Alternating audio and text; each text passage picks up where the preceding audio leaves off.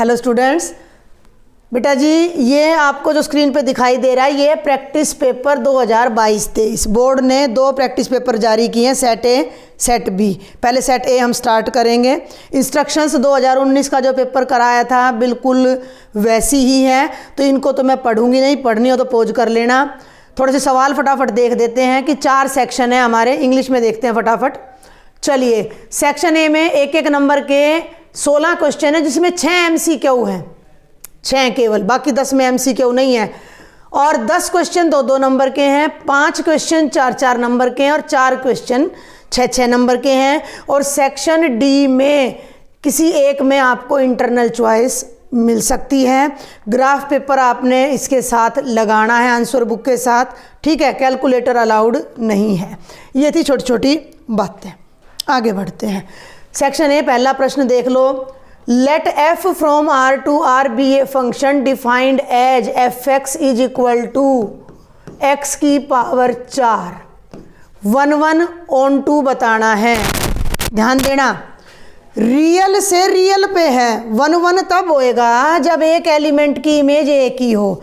एक सिंपल सी बात है, ये रियल है, ये रियल है।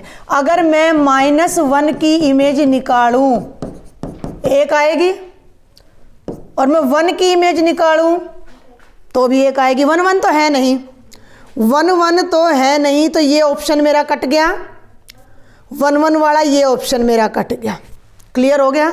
अब मैं बात करती हूँ ऑन टू की। ऑन टू का मतलब है कि यहाँ आने वाले हर एलिमेंट की यहाँ प्री इमेज होनी चाहिए। एक छोटी सी बात को पकड़ो कि रियल नंबर पॉजिटिव भी होते हैं और नेगेटिव भी होते हैं। हमें दे रखी है x की पावर 4, हम कोई नियम नहीं लगा रही, मैं कोई रूल नहीं लगा रही, मुँह जुबान नहीं, मतलब बताने की कोशिश कर रही हूँ। जितने भी रियल नंबर हैं जब तुम उनकी पावर 4 करोगे पॉजिटिव आएगा। तो पॉजिटिव नंबर के लिए तो यहाँ कुछ ना कुछ मिलेगा, लेकिन नेगेटिव नंबर के लिए कोई प्री इमेज तुम्हें नहीं मिलने वाली। तो ये ऑन टू भी नहीं है, तो राइट ऑप्शन है f is neither 1 nor onto. हो गया। दूसरे पे चलें। दूसरा देखो भाई, अब जल्दी से दूसरे पे आ जाओ भाई। कहाँ गया? Cos inverse cos 7 π/6। इसको काटने से पहले हमें अंदर की वैल्यू पे ध्यान देना है।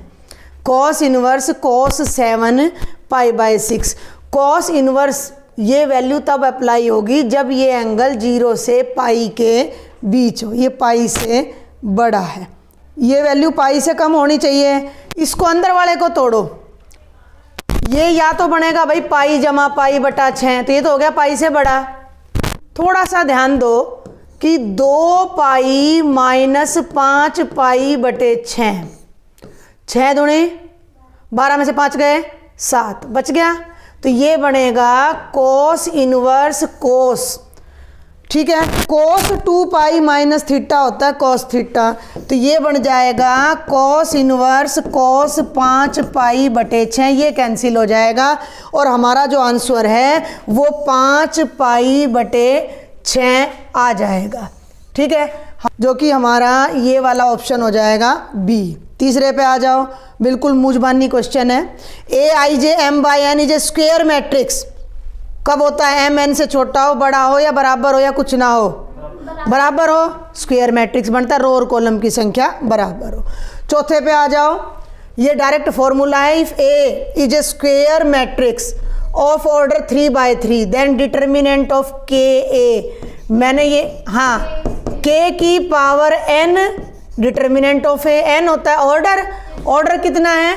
3 है, तो मैडम 3 आएगा। K की पावर 3 डिटर्मिनेंट ऑफ A, जो कि है ऑप्शन नंबर सी हमारा, ठीक है।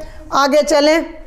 पांचवा है find the derivative of sine x square. Verbally है, साइन x स्क्वेयर की डिफ्रेंशिएशन हो जाएगी कोस x स्क्वेयर, और x स्क्वेयर की एक बार हम फिर से कर देंगे, तो 2x कॉस x स्क्वेयर, जो कि उत्तर ऑप्शन है नहीं तो लिख के आ जाना, ठीक है। The total revenue received from the sale of x units of a product is given by this one. The marginal revenue जब x 15 है, मार्जिनल का मतलब क्या करूं? बताया था मैंने, डिफरेंशिएशन, इसकी डिफरेंशिएशन कर दो, कितनी आएगी?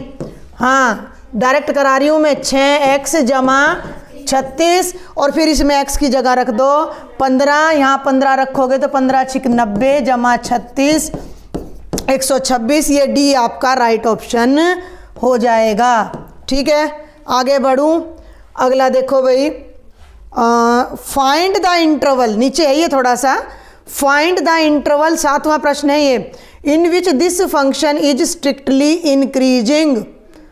इंक्रीजिंग के लिए पहले डिफरेंशिएशन निकालो और उसको 0 से बड़ी कर दो। ठीक है, तो ये हमारा फंक्शन है 2x² माइनस 3x।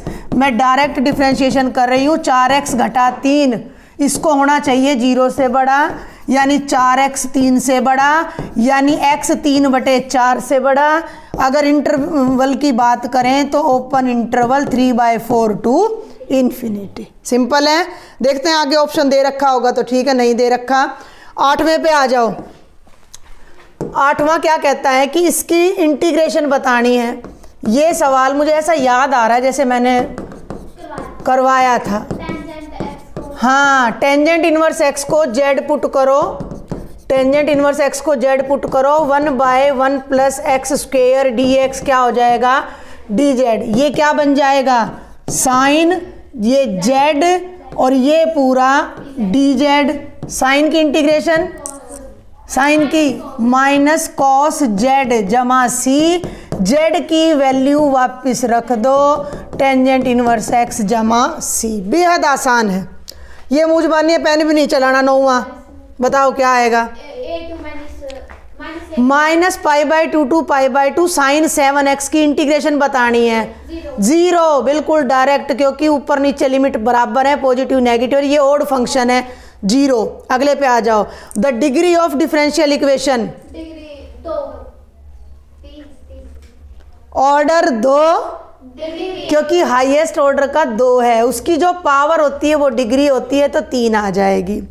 इसका ऑर्डर बताओ। इसका ऑर्डर 2x², हाँ d²y/dx², तो इसका ऑर्डर 2 आ जाएगा। आगे चलते हैं। 12वें पे आ जाओ। a दे रखा है, b दे रखा है, a क्रॉस b का मैग्नीट्यूड निकालना है, तो पहले आप a क्रॉस b निकालेंगे। a क्रॉस b हमारा डिटर्मिनेंट है i j k। a के कंपोनेंट 2 1 3, b के 3 5 -2। चलूँ आगे। i ब्रैकेट माइनस का 2 15 -17 हो जाएगा। देख लेना कैलकुलेशन, ये गया ये गया, -4 और -9, माइनस का 13 और के ब्रैकेट में आ जाएगा 10 घटा 3 यानी 7। ये बना बेटा जी, हाँ, -17 i जमा 13 j जमा 7 k। मॉडुलस निकालना है, वेक्टर नहीं। 17 का होता है, डायरेक्ट कर दूँ 289, 13 का होता है 169, जोड़ो इसको, 9 3 27, 2 4 2 6 6 12 और 8, 12 और 8 20, 2 और 2 4 और 1 5, √ 507 है। ऑप्शन दे नहीं रखा, यही लिखाना। आगे बढ़ूँ। Find the direction cosines of the line passing through these 2 points.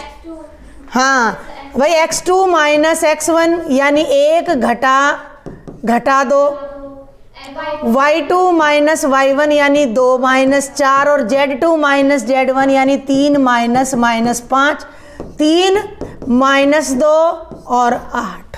Simple.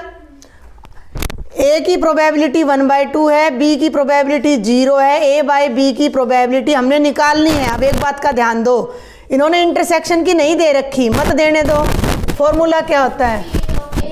a intersection b bye probability of b, और b की कितनी है?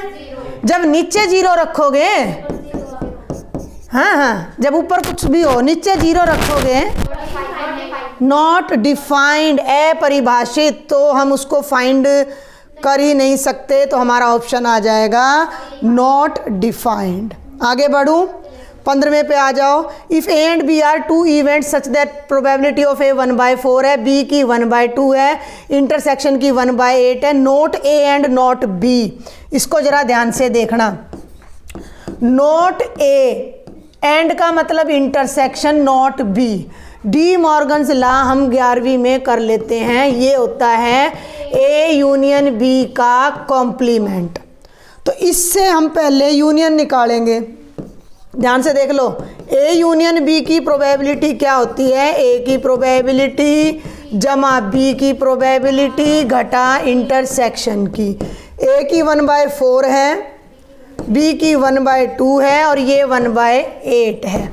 समझ रहे हो, यहाँ 2, यहाँ 4, यहाँ 1, ये आ गया 5/8, 5/8।